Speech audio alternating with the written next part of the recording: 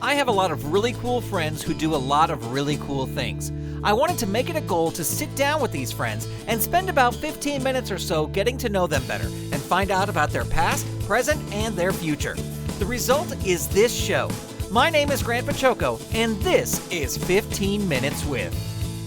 Justin Hilden is an illustrator and an animator, and he is my guest today. Justin, welcome to the show. Thanks, Grant. It's good to be here. I'm happy to have you here. Yeah. So I would like to know, where did you start out? Where did you begin? Well, career-wise, I began in stop-motion animation. When I was a kid, I was always drawing and stuff as a kid as well, but I also did a lot of stop-motion stuff in the basement. So I was making puppets and doing my own kind of really terrible stop-motion films. So professionally, I started getting into animation through stop motion. I worked in Chicago for a small animation studio called Bixpix, which is now out here in LA, and they're actually big and huge and successful now. But I was a puppet fabricator there, and then I did a little bit of animation for them. And then when they were out here in LA, I still worked for them a little while doing more puppet fabrication and a little bit of animation here and then some design work, some character design, puppet design work. And that sort of ushered me into the professional world of animation. So when you started off doing your own thing, just in the basement or whatever, who were your influences? Like who got you into that? Yeah, well, in terms of stop motion, I was really always influenced by like Wallace and Gromit and Aardman and all the other stuff that Aardman did. I kind of looked up for anything I could find about them and kind of devoured them. And there was a book, Cracking Animation, that came out that had like all their techniques, and I really dove into that. But I was also drawing all the time, even from a little kid. So obviously, like the Disney animated movies, I was really into those. And I would draw a little bit of the characters, but I didn't do a lot of trying to draw the Disney characters. I kind of drew my own things. Like I made comic books, or I made, my own characters, and lots of drawing. And I kind of did a lot of things. Like I was making animation later, but when I was really little, I didn't really have a camera, or I didn't know how to make animation. I made little flip books, but mostly I was just making comics and drawing and kind of sequential stories and things like that. Were you like a comic book fan? Did you like comic books? I did, but I really wasn't. It's kind of funny, like I'm not like a hardcore comic guy, and growing up we had this box of old 1960s Marvel comics that belonged to my uncle, that my brother kind of stole from my uncle from my grandma's house. And so I grew up reading those. Like I grew up digging through the box and reading really old Spider-Mans and really old Fantastic Fours. But the comics that I personally was really into were like the Carl Barks Disney comics, like Donald Duck and Uncle Scrooge, and to some extent Mickey Mouse. There were Gladstone comics like in the 80s and 90s that came out, and they were making Mickey and Donald comics, which was like reissues, I think, of old Carl Barks comics that they just repackaged. But I just liked the adventure stories, and I liked stuff that ultimately kind of became like DuckTales, just like the ducks on an adventure in the Amazon rainforest or whatever, that kind of stuff, like Quest for Inca Gold, Donald Duck. I really was like comedy adventure stories. To me was like, I really loved those kind of comics. And the comics that I made, my brother and I made comics together. They were superhero comics, and we had our own superheroes that we made, but they were pretty silly, and they were more. Mine was kind of like funny, trying to be funny rather than like serious, Right, like Spider-Man or something. Right, they weren't. Yeah, they were. There was a lot more like back and forth and tongue-in-cheek sort of humor. I mean, as much as a 8-year-old can put that into a comic. That's what I did. You mentioned you made the comics with your brother. Uh-huh. Did your brother continue on creative field as well? He did. He drew for a long time, and actually I kind of picked up drawing watching him. Mm-hmm. But then he was also a really talented musician, so he kind of went into that sphere of it. So he was a jazz musician, and he was really big into jazz and became really talented. So he kind of refocused his creative outlet in there, and then I kind of took over the visual thing. But we did make like silly, stupid short movies together, and once we had access to a camera, we'd make some little adventures and things like that.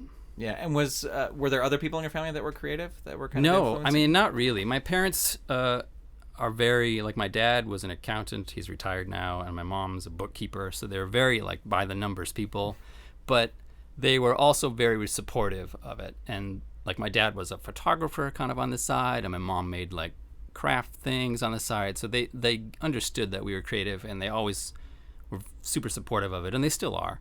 And we went to Walt Disney World a lot as kids, and I think that sort of being steeped into sort of a creative, immersive storytelling thing, it was really important to our family, and it kind of became something I think that influenced my creative language. Like I'm not really a fan of like Mickey Mouse and Disney stuff, but like the ability to sort of tell a story through space and time and really detailed environments, that sort of stuff just sort of permeated my mind, and I think as a kid I learned to really appreciate that level of creativity, and I think that still informs what I draw and animate today, I think. Did you, growing up, did you go to school for animation or drawing? Or? No, I went to a liberal arts college in Minnesota because I love art, but I also love history, and I love English, and so I wanted to have a big, broader experience.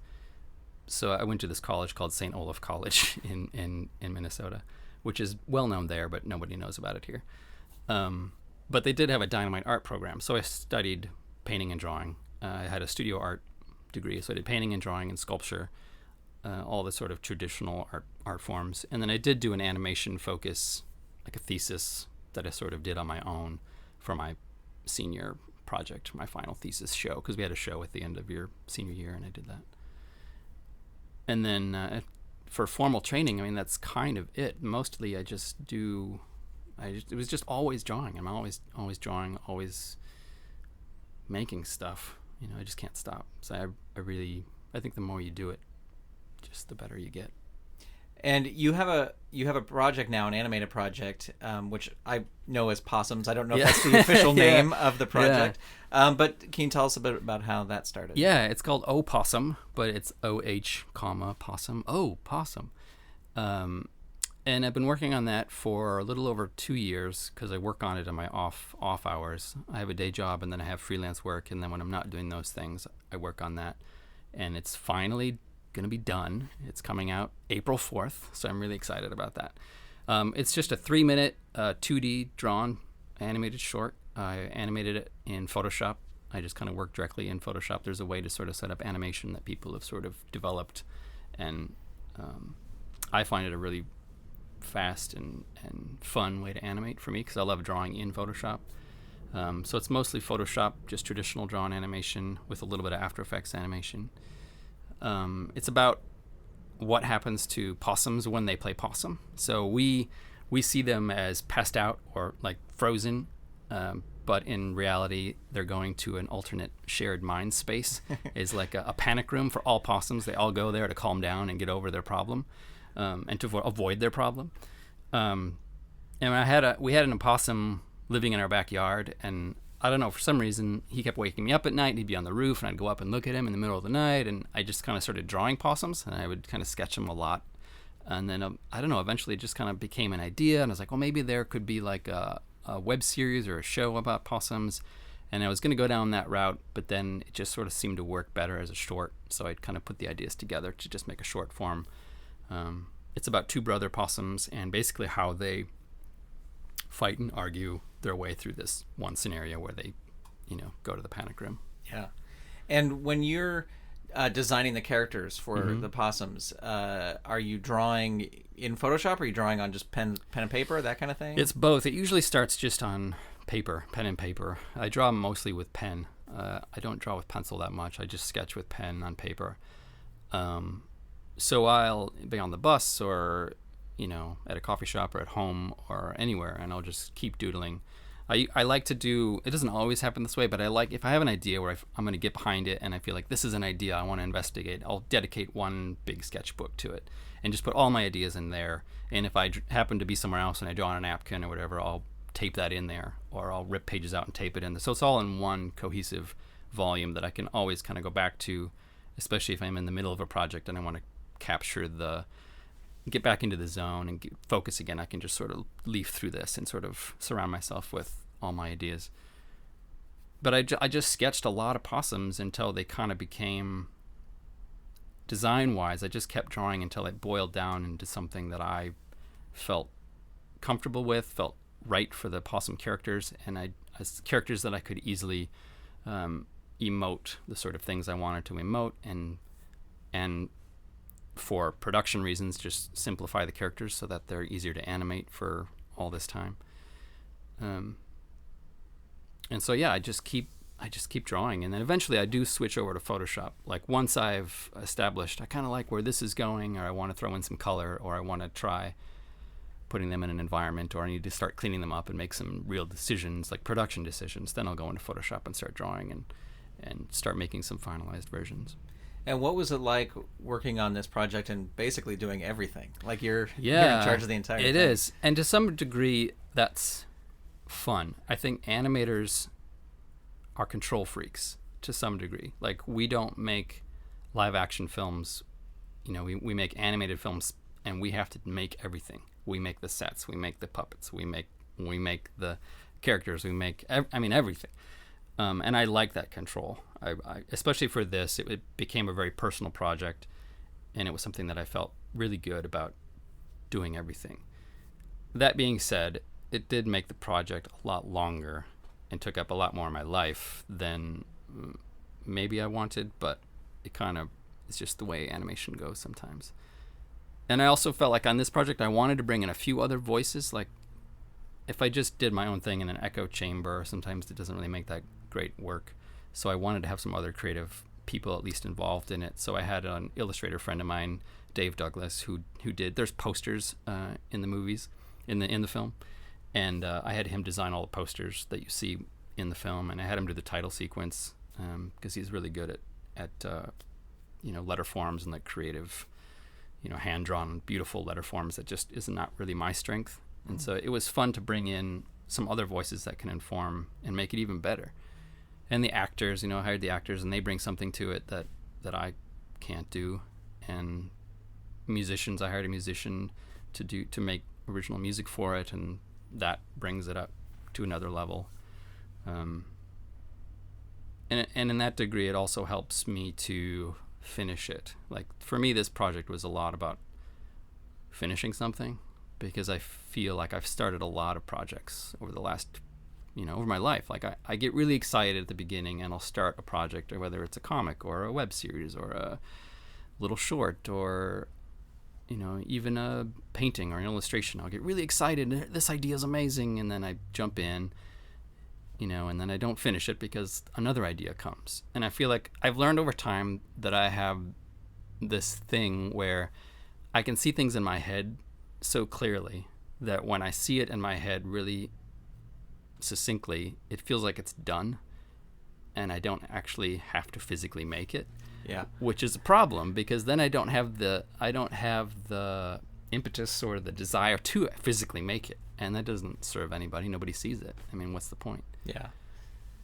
Do you think when this airs, it'll already be out, and there'll be a link in the notes, so if people want to check it out, they can.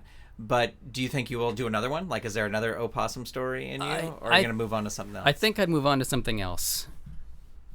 I think I might do something more with these characters. I might either do a comic characters, or I might develop it into some sort of show and pitch it somewhere. I don't know. But I don't foresee doing another short for them right now. And I don't foresee doing a long-term project right now anyway. I just came off this huge project where it was all they worked on mostly. And I want to focus on some short things. Like I want to make some animated GIFs, or I want to just do some illustrations, or just do some little things that I can pump out there and throw them out there. Because I find that having a big work like this is great now, because people can see, and it's like a picture of what I want to make, and people can see it. But for the last 2 years, I really haven't been putting much out there, so people haven't really been seeing what I can do. Right. So it's this weird mix where how much service is it doing my career if nothing's been out for 2 years, and then this one really hopefully good thing comes out and people get excited about it? Is that enough to validate the last 2 years of not much being put out there?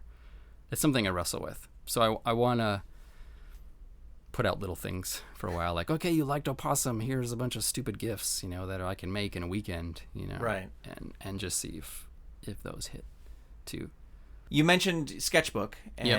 and you mentioned Photoshop. Are there? I'm always fascinated by tools. Yeah. Like what the tools are. Right. Are there other tools that you depend on, or like what kind of sketchbooks do you go? Do you go hardcover? Do you go Moleskine? What do you? That's a really good question. I love sketchbooks. I love physical books in my hand and the tactile quality of that. I do like Moleskines. It's funny for the big, like when I talked about the one dedicated sketchbook for a project, that's usually big, 8.5 by 11, maybe bigger, hardback book with thicker paper that has some tooth to it. But then for just carrying sketchbooks around, I actually like sketchbooks. They make these Moleskines that are brown, just sort of, I guess it's almost like cardstock covers. They're not hard covers, and I just kind of fold them in half and stick them in my back pocket, and I bring those around, and they get all creased and weird, but it's okay. I just need them for something that I can quickly put an idea down in. And I draw with pen. I draw with usually a rollerball pen, or if I do pencil, there's Blackwing pencils, which is like a snooty animation pencil that I like to draw with. I don't know. I just like the way it feels on paper. Or I do have some brush pens that are like an ink pen, but it has a brush tip, so you can get some line weight just for sort of expressive drawing. I like those. And then for working in Photoshop, now I work on a Cintiq. When I started the project, I was just on a Wacom tablet, but now I'm on a Cintiq, which I really like. And brush-wise, I just have a brush that I made in Photoshop that I use a lot for drawing that kind of mimics a charcoal edge. But there's also a pack of brushes that you can get called Kyle's brushes, and they're out there. And they're increasingly popular with illustrators and animators, and there's just a whole range of, different brushes that emulates in Photoshop. That's mostly my tools. I'm trying to think if I use any other tools. That's mostly my bread and butter. Yeah. Well, speaking of bread and butter, I wanted to ask you.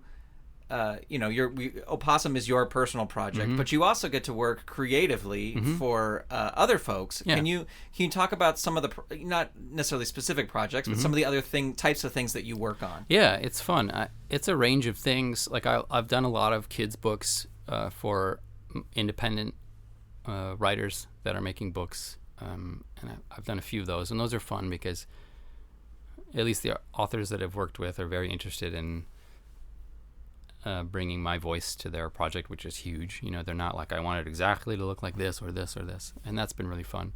I've done a lot of animation for the game show Let's Make a Deal. They do these zonk, like if you open the wrong door, there's a zonk behind it, and which is like a booby prize. And most of them are just like a really terrible couch on wheels, like really ridiculous things, but sometimes they're animated. So like you want a fake trip to a pigpen spa, so then I animate the Let's Make a Deal hosts in a barnyard, pig pen that's a spa and getting back rubs, really ridiculous things.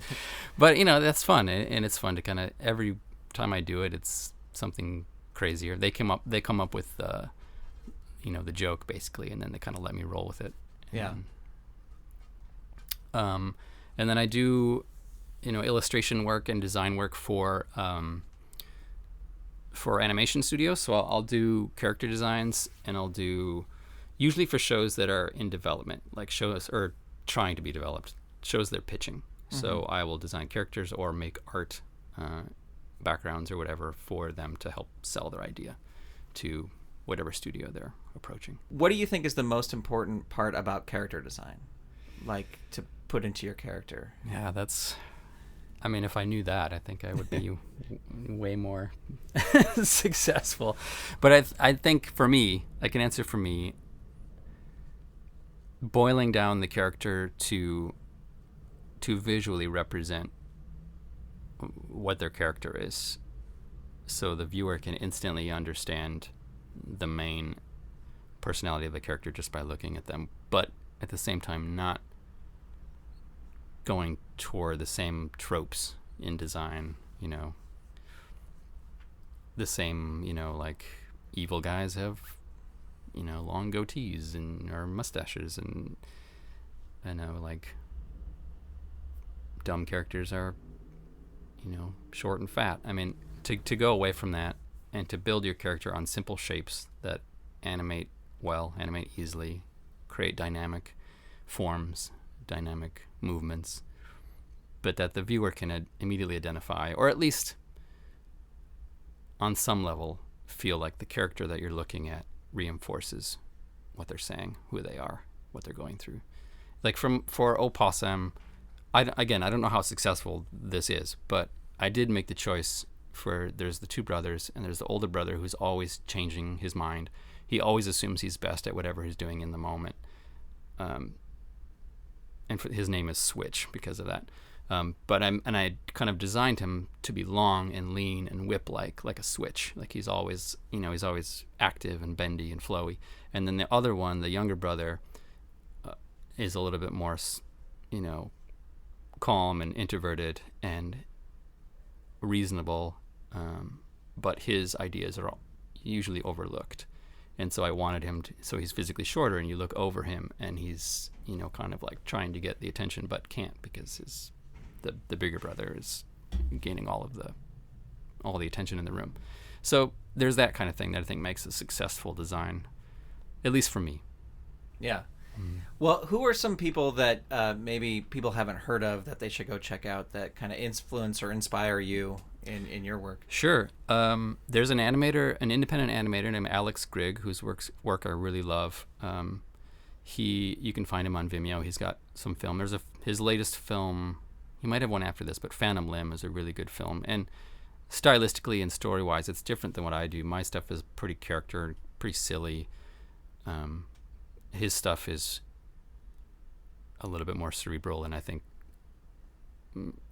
more impressive than mine. But check out his work. And he is the one who actually I've never met the man. I think he's in the UK. But he has developed a Photoshop technique, an animation and Photoshop technique, and he's been very transparent about how he works, and he's made lots of tutorials that he's put on his site. And personally for me, I just love that. I love that he not only makes this really compelling, visually stylistic work, but he's also really transparent about his process, and he wants other people to learn, and he doesn't just hold his animation secrets. He knows that it's important that everybody can learn from him and push the medium forward even more. Well, and I think you did some of that too with Possum, because I remember on Instagram or Twitter, you were putting out like little in progress. This is little animation test, that kind of thing. Yeah, I like that. I mean, that's something that excites me when I see other artists doing, work in progress on Twitter or anything. I really love that. So I wanted to continue that in my own work. And there's a making of site for Possum that kind of boils down how I made the whole thing, with lots of art and lots of sketches and all my decisions that I made, and people can read that. You can find that. Well, where is it?